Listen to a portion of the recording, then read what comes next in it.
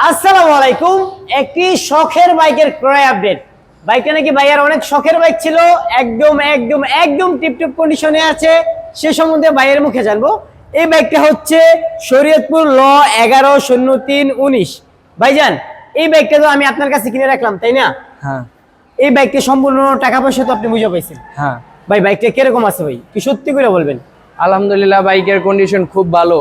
এটা না, যদি আমাদের ভিউয়ার্সরা কেউ নিতে চায় তাদের উদ্দেশ্যে একটা কথা বলেন।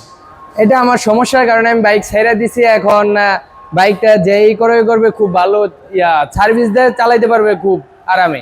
ভাই, আমরাও কেনার আগে দেখছি বাইকটা মাশাআল্লাহ একদম টিপটপ কন্ডিশনে আছে।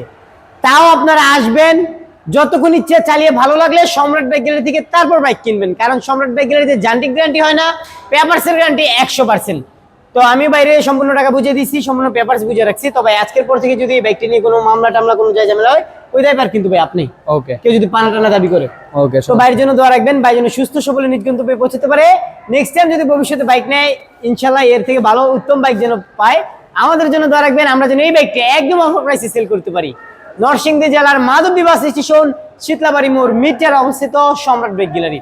আল্লাহ হাফিজ।